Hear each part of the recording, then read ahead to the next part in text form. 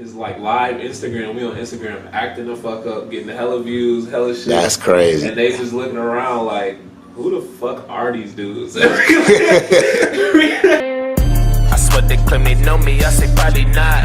On the Debo with my Reeboks, we might run the block. If I'm getting low, I might go and check the stocks. If they switch and give them. My definition on underground hip hop is definitely the ones that's out here doing it, busting their ass, you know, day in and day out. It's kind of like the division model for NCAA, you feel me? It's like you got D1, D2, D3, and then you got your JUCOs. Now, underground hip hop is gonna be them JUCOs and D3 athletes that's doing it for the love right now. You know, they doing it for the love of the art. You know, they still grinding and they want to get to them D2, D1 level opportunities, but they're not there just yet. But you know, keep busting your ass at them JUCOs, them D3s. You definitely gonna get there eventually. I've truly been around music my entire life, so you know, I started out in choirs and stuff, and that's everybody backstory you'll hear. You know, I started out in choirs real early, elementary school, all that kind of stuff. Then got in the band as I got older. So I've been surrounded by music my entire life. My dad sings in church, and my aunts sing, my aunts play piano and all that kind of stuff. So music was definitely something that my family prided themselves on.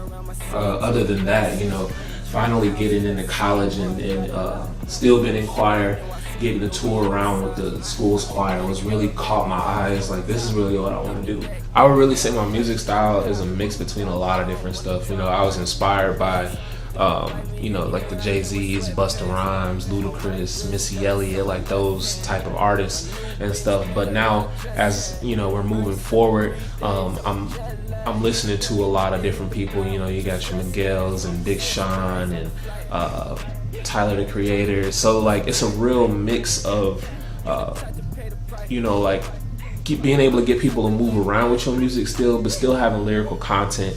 And that's what I pride myself on. One of my favorite performances was going out to Fairbanks, Alaska, and opening up for Mark Battles.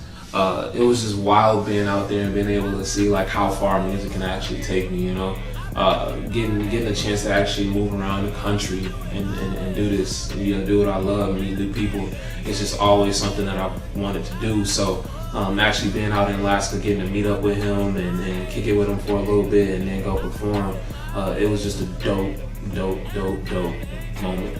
So on that, the They Don't Know record, I'm sure a lot of y'all are familiar with the show Sons of Anarchy. So on there, they actually had a song by Ed Sheeran called Make It Rain, and that's the sample that you hear on that song. But it was just the way Ed Sheeran sang it, it just caught me, and I'm just like, whoa, I need to flip this into something. So I hit up my guy Lean Beats, a Milwaukee producer.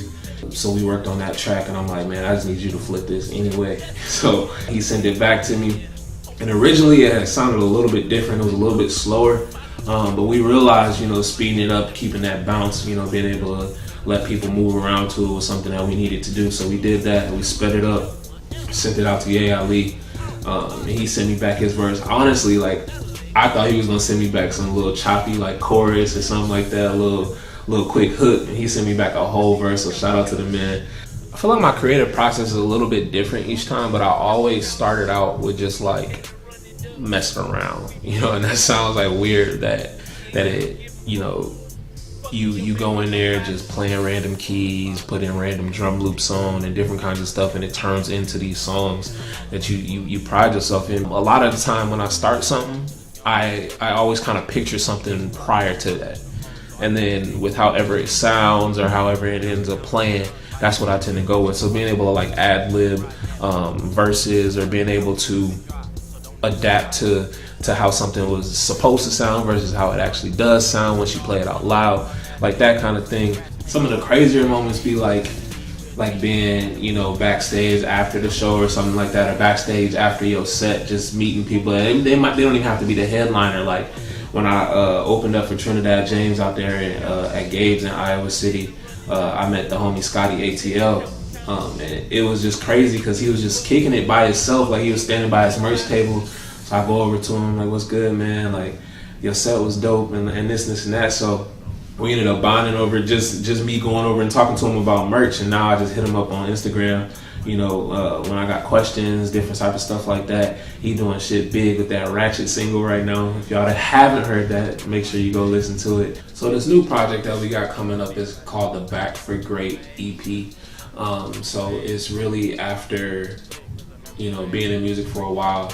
I was working on a project and my laptop had crashed and I lost everything. I was working, I mean, I probably had like 10, 15 songs ready to go, and I was saving up to get a laptop, and the laptop that I was working on crashed. I lost everything: music, visuals, any notes that I had in regards to anything that I had for that project, just lost.